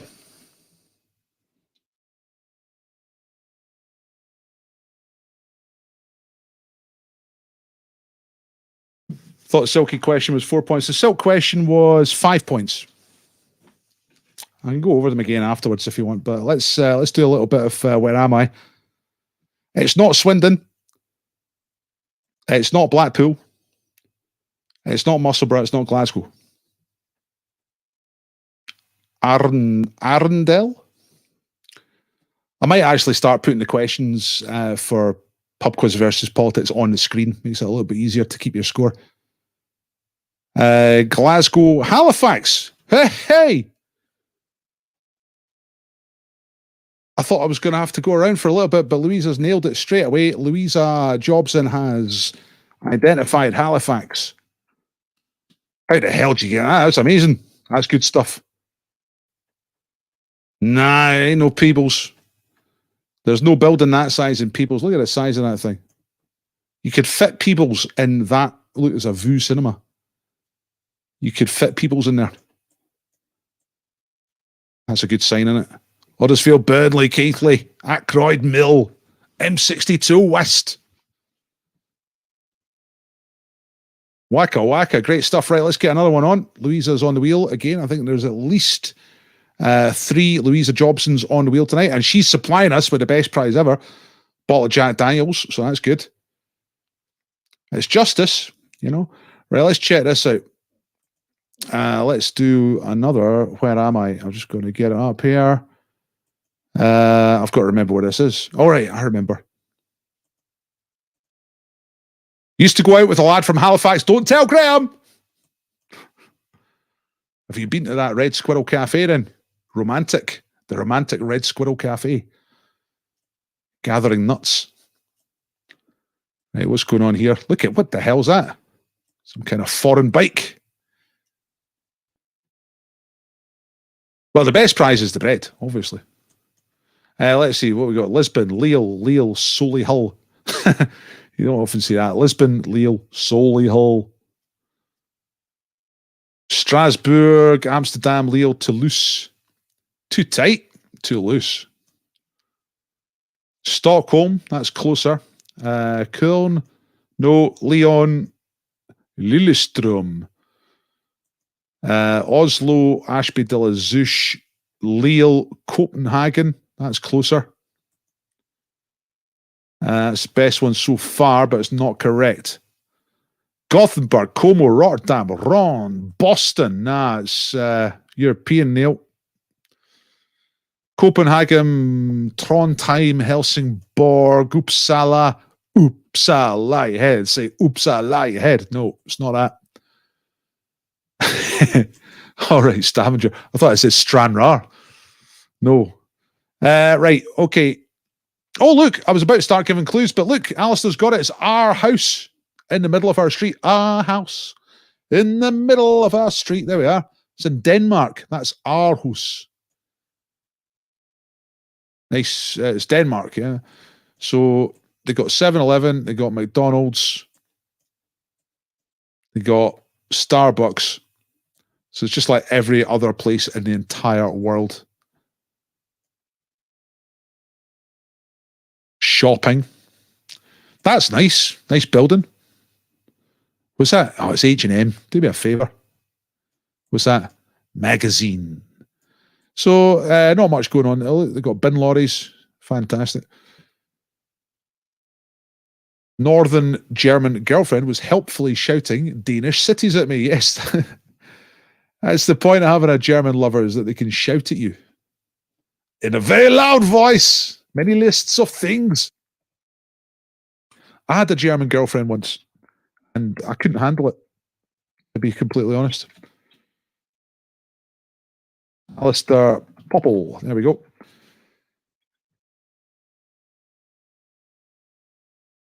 German girl I went out with was a ballerina. She was incredibly fit. And that was the problem, because I wasn't that fit. Right. Yeah, well done, Alistair's girlfriend. You want to give her a name? Or is she just going to be your northern German girlfriend? You know, maybe she wants the anonymity in case the Brexit police come or something like that. But it'd be good if we had her name. We're still this side of 8:30, so I can do another. Where am I? Let's do another one. That was good. Good answer. That Aarhus. I was about to start giving clues based on the Our House song by Madness. See if anyone got it from that. But Aarhus. Very good. Right. Where's the... Let's try this one. Where's the... I can't remember where this one is. Oh, I know where this is. She's called Lee. Guten Abend, Lee. Gute Nacht. Guten Abend. Dankeschön. Complete stereotype coming in from Grant and there. Marion saying, must be called Heidi. German, eh? She's got Heidi. Right, where are we now? There's some graffiti. I don't know if that means anything to you. It looks like tags mainly. Gru. Now, where's this? Zagreb? No. Belgrade? Pronounced Leah. Leah. Yeah, that's more like it. Hey, that's really good. Sarajevo. I thought I was going to go in a little while. Louisa, you are the queen of this game as well.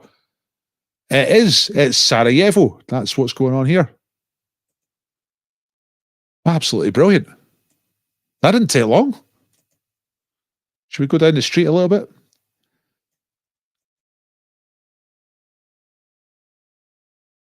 It's not easy to get around here on Street View. Wow again. Yeah, indeed. Yeah. Louisa is on fire. She's having one of her top nights. Dominating the wheel. Right, okay. Very good. It's past. I better get spinning. So you ready? Here comes the wheel. Sarajevo, ladies and gentlemen. Louisa must have Shazam for images on her phone. Even so, I can't. How did you get that one? Graham mostly. Well, how did Graham get it then? Very friendly place, says the baker. The baker himself been at Sarajevo. He's been all over those streets. Met that guy. Both those guys. And they were both very, very friendly. Nothing bad happened. It looks like this looks like one of these street views that's like from the top of a vehicle, which isn't a proper one, if you know what I mean. But if a deal going on there, nothing shady, everything's fine. It looks like quite an efficient bin system they have there. Terrific. Quite hilly. And quite a violent modern history. Right, let's say cheerio to Sarajevo.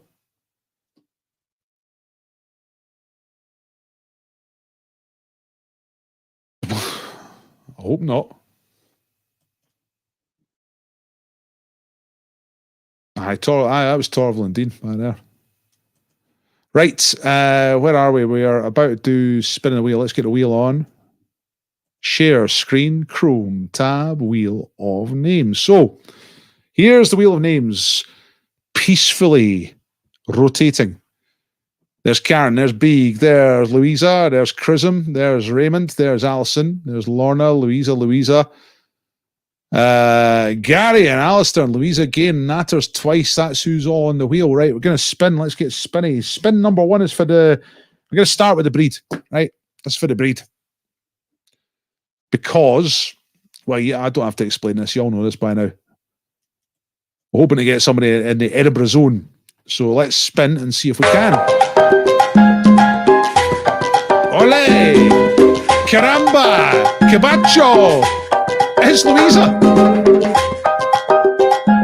Louisa Jobson. Well, there we go. Straight into the breed. Number one prize, Ms. Jobson. Breed.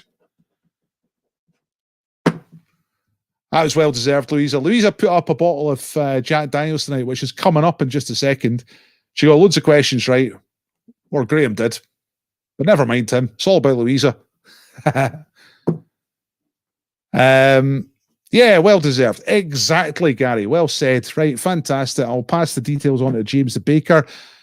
She might have won the bread before. I'm pretty sure that could have happened before. So another Carby feast coming up. Can I collect tomorrow, James? She says. Are you going to go up to Moordun, or are you going to go down to West End? You going to do one of those things? Great stuff. I'll let you two sort that out. Right, let's take Louisa off the wheel. Look, there's hardly anyone left. So the second prize is for a book, which is from Karen's book collection, which is, if I just go and look it up for a second, is Sunstroke by Jesse Kellerman. All right, here we go.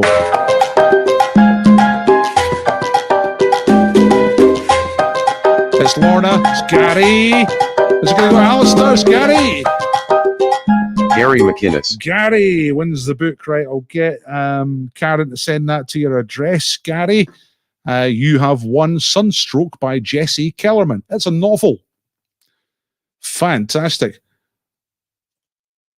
You're working more than that. That's dovetail beautiful. That has just worked out so nicely. So Louisa works in Moordun, which is near, well, James's Bakery. The actual bakery place is up in Moordun. Herbie's is the shop in the West End, but the bakery itself, which has a shop, is up in Moordun. So if you're up that way, you know where to go. I got sunburned yesterday. I felt like I was getting sunburned yesterday, but it was just the biting cold. I'd never seen a day like it yesterday. It was so beautiful. I was out with my daughter, went up the meadows, went to play park and all that.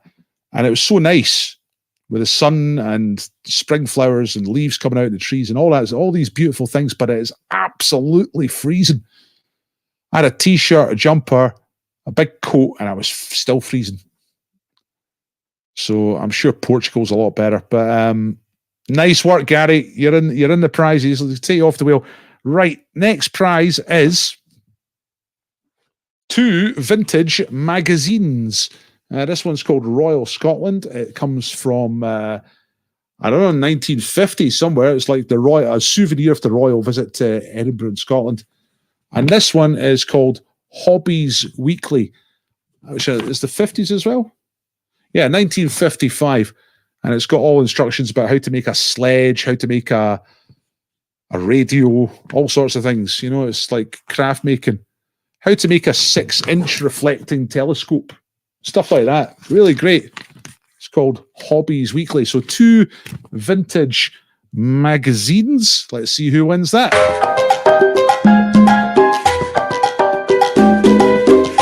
Who's it going to be? Alistair Natters. Yay! Nattersday. What did the guy say? Natters. It sounded like Nattersday, but Natters. And that's Natalie, who is in Troon. So the magazines are going to Troon. Right, here we go. It's time for a bottle of Jack Daniels. This could be the start of your downfall, ladies and gentlemen. If you receive this prize from Louisa in the post, you might not really drink, but then you have this and you go, hang on, that's great. And now I feel like a rock star. I'm going to drink it all the time. And it could be the start of a downward slope, which results in your demise. So let's find out. Ole! Who's going to win the booze tonight? There's Raymond. There's Alison. It's Alison! Alison Noodle Doodles. Yeah, well done, American voice guy. Alison Noodle Doodles. You got that right. Alison, that's fantastic. Alison wins the booze. It's the Jack Daniels, so I'm going to pass that address on to Louisa. She'll fulfill that. And you know what? Since we're here and since I've got them, because I do have a few at the moment, I went and got a wee stack of them. I'll do one last prize, which is £100,000 National Lottery scratch card. I might as well do it. Let's see who's left.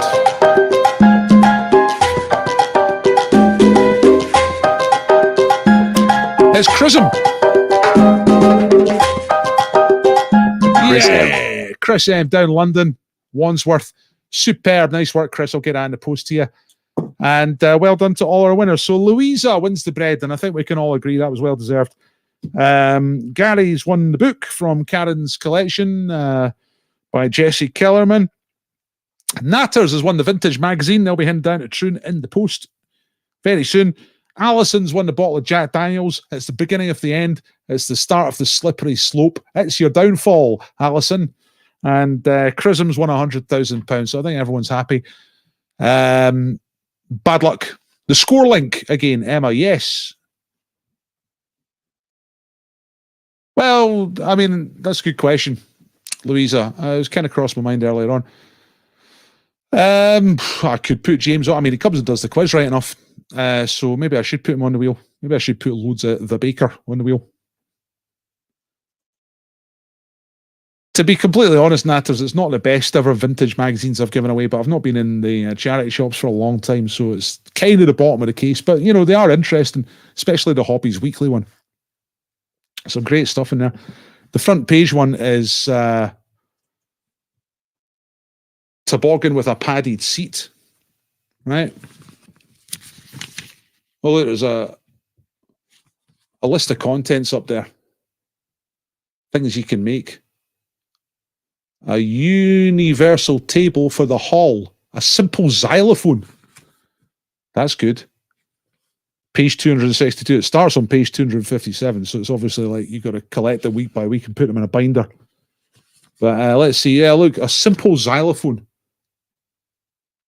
See, step by step, all the measurements you need, and you can make a xylophone. That's fantastic. I think one of the best things about these old magazines is the adverts. Look, there's an advert for a change of career. You too can become a handicrafts instructor. Experience not essential. No pass, no fee. Nice. Oh, yes. That's the stuff. That's what we're talking about. Potlatch Society, folks. Remember, you can get on the wheel if you've got something to give away. Louisa's done this several times, and I thank her for doing it every time. And I thank Karen for her continuing superb donation of all the books. And I thank everybody who's ever donated. Sorry, did I not put in the link for the scores? I don't think I did. Let me do that quickly before I forget. So yeah, the deal is you supply a prize and I'll get you on the wheel. Sorry to Bev Middlemass. I didn't quite get back to you in time for tonight, but I've seen your message and we'll sort it out. Bev's got some pretty fantastic prizes to give away, pretty unique prizes, actually, or like unexpected prizes. Put it that way. Now, what am I trying to do? I'm trying to put the link to upload your score in here. There we go. Natalie will make that xylophone in her spare time at work. Quote, at work. That sounds like a dig. That sounds like a dig. What's going on? What's going on with that, Big? Does Natalie have paid employment, but in your eyes, she doesn't do much? Is that what you're trying to say?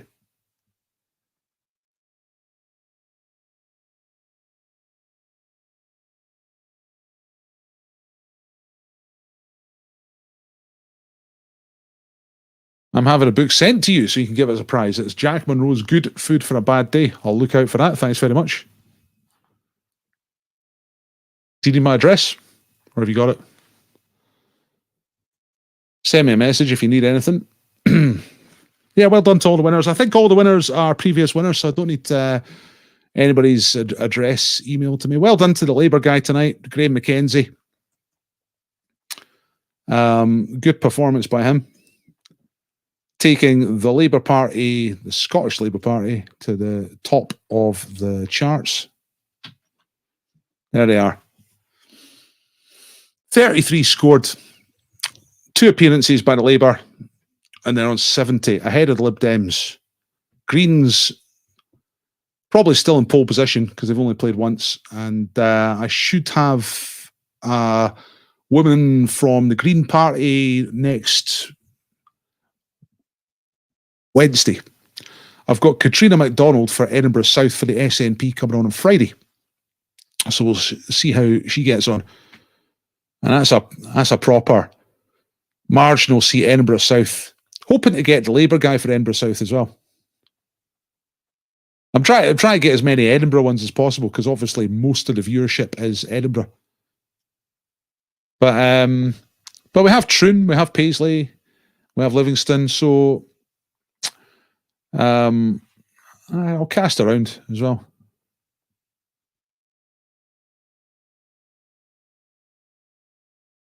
Found myself on an email list where we can ask for free books. Really? Nice one. Right, Potmaster's only 15 minutes, though. That's all right. I take a wee break out in my morning to play Potmaster. And so should you, folks. And if you are going to play Potmaster, you're going to take time out your morning to play Potmaster on Radio 2, then you can do it with these fantastic wee Potmaster books that I make. dpquiz.co.uk. You go there, you can order yourself a Potmaster score pad. Really good. See that MP guy tonight? I might send him one of these, actually. Because he mentioned that he played Potmaster. Just to thank him for turning up. So, good stuff. I'm glad you two are working that out. Thank you very much. Thanks, James. Thank you for sponsoring, James. Thanks for sponsoring for over a year now.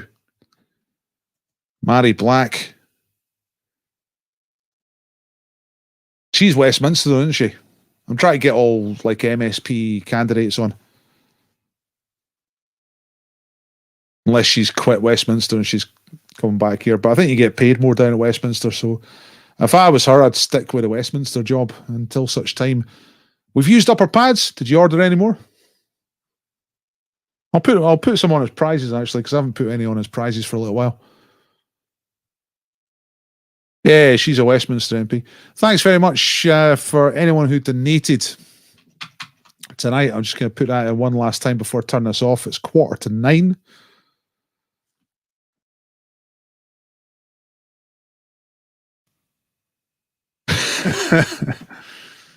There's the baker's view on Mary Black. Get a bath!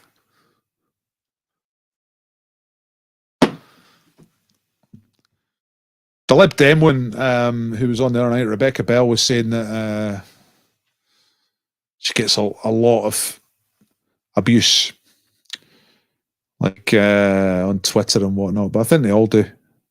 They're bold people, like putting their head up like that. Like obviously the rewards are pretty good. If you get elected, not a bad job. Hang about that Parliament all day. Nip over at the Tun, get a pint, go back to the Parliament. Vote, whatever. What's an MP salary? What's an MSP salary? Does anyone know? Or shall I just look it up? MSP salary. Let's check that out. Where are we? Here we are. So Google. And let's turn that off for a second.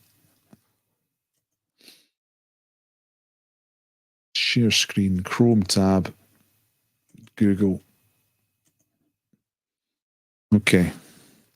MSP salary. 64.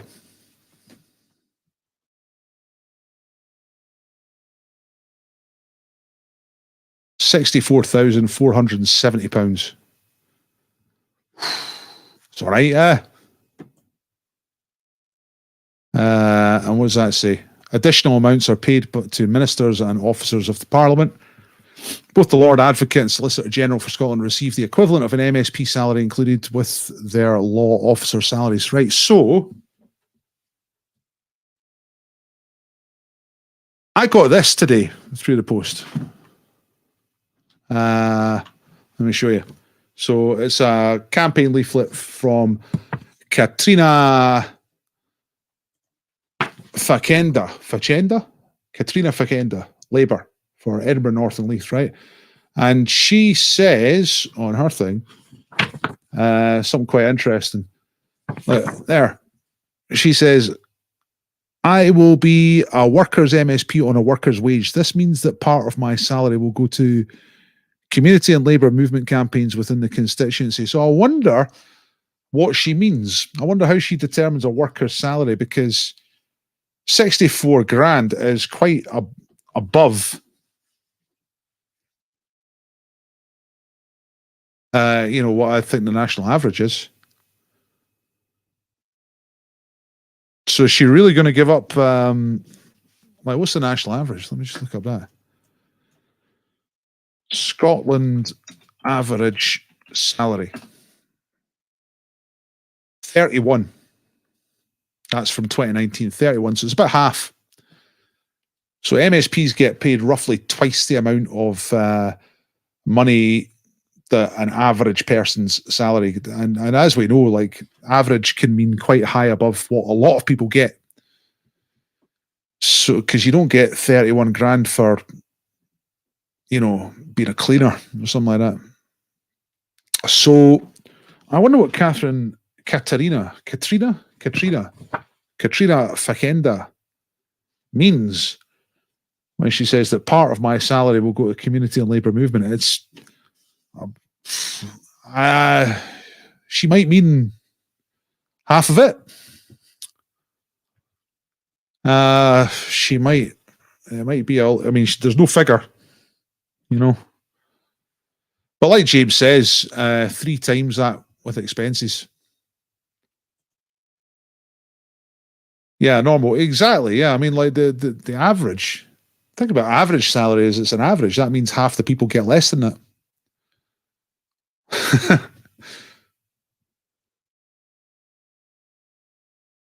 I watched some comedy thing, George Carlin.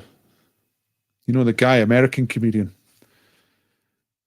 And he was saying, how dumb the average person is. And he says, you got to remember, half the people are thicker than that. Tommy Sheridan used to give half to charity. Turned out the charity was the Socialist Party. Yeah. There's ways and means.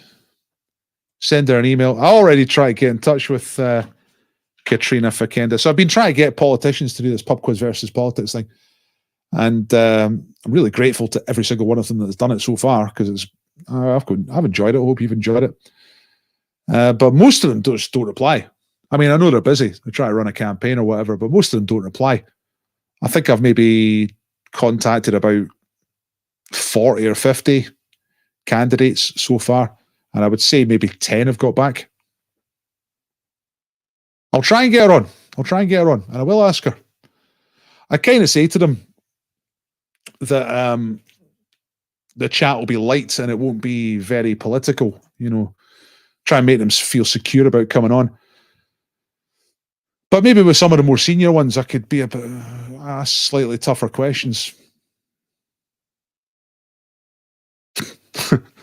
I took a funny left turn there, James. Get her on and ask her. And prostitutes. What? Oh, is that Tommy Sheridan? Is that a charity? Tommy's prostitutes. Maybe get the Ayrshire ones on as well. Yeah, I'll ask, actually. Oh, yeah, of course. Yeah, I mean, like, I'm glad anybody came on. Like I said, Lauren, I didn't really expect anything else. Yeah, Yeah, Ayrshire politicians, not prostitutes. Yeah, I wasn't saying that. I don't want to get the Ardrossan sex workers party on, unless there is an Ardrossan sex workers unity party or something like that. Now, Lorna, you're totally right. I mean, they're scared to look stupid. Of course, I mean, it's a rough situation. You're up against trivia questions, and it's just yourself, That's pretty difficult. But they're all been good sports, Everyone's been great. Everyone has been really good who's come on. I wouldn't do their job, mind. Well, what are we talking about here? I would do their job. See, I think getting elected is the hard bit. See, once you're elected, it must be, I don't know. Like, if you're thick-skinned, it'd be all right. Like, some people can't handle getting abused. I've spent quite a lot of years getting roundly abused by lots of people, so I'd be okay with it. People call me a fanny. It's fine. That's okay. If it got violent, that'd be different. People started committing acts of violence against you. But people can say anything they want to me. I'm all right with that. Call me anything, criticize my looks, criticize what I say, criticize anything really. I don't care. It's all right. It bounces off. But violence doesn't bounce off, does it? Sticks and stones will break my bones. You being a little bit ironic about not doing their job. Yeah, I mean, it's probably about as difficult as they want to make it. I think it must be easy just to disappear, be a constituency MSP or MP and just disappear. Not really do much.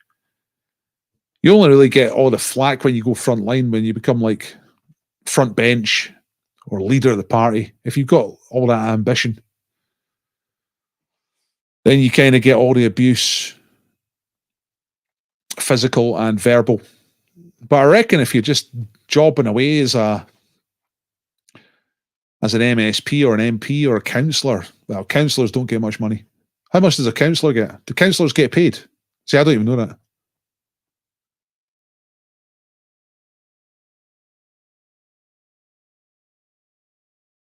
Criticize my life, criticize my ideals.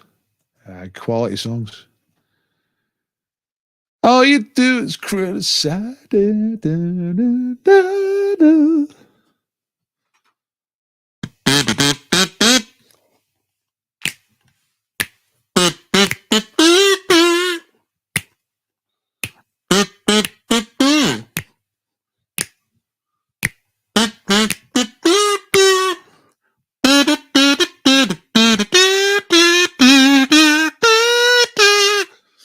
Yeah.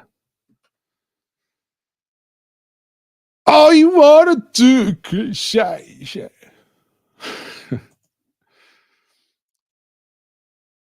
What time is it? 3 minutes to. Right, I'm out here, folks. Hopefully see you on Friday. 2 quizzes on Friday, 7 o'clock. If you like it early, 9 o'clock if you like it late. Both offer chances to get on a wheel. Pub quiz versus politics, 9 o'clock. Katrina McDonald, SNP, is on to try and get their score up.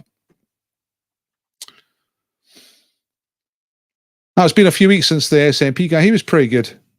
No, not Charles Dundas. That was the Liberal guy. What's his name? Beattie. Call him Beattie. That's right.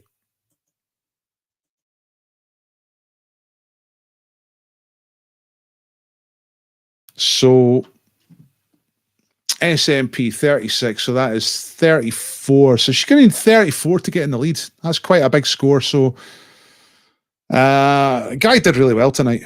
Came back, got the last 3 right. The big hitters. He got the 8, 9, 10 right. That was great stuff. Criticize my friend. I want to criticize. Saw him in the Jam House. That'd be good. Who did I see in the Jam House? Is that the place on Queen Street? I saw that comedian, what's his name? Phil Jupitus, doing poetry at the Fringe a couple of years ago. It wasn't very good. It wasn't supposed to be funny, but everybody turned up expecting comedy. And he started off saying, if you've come here expecting comedy, then you're going to be disappointed because it's just me doing poetry. And everybody went, right, okay. I think most people thought he was joking, but it wasn't. There was no gags. Very few gags. But there you go. He's all right. Got a word with him. I did a quiz with him at the museum a couple of years ago. Anyway, lifestyles of the rich and famous. I'll see you all later. Good night. Thanks for coming and doing the quiz. Well done, all the winners. Thank you to James for sponsoring. Thank you to Karen. Thank you to Louisa for supplying prizes. Really appreciate it. And I'll see you all online in the meantime and on Friday. Otherwise, see you later. Bye.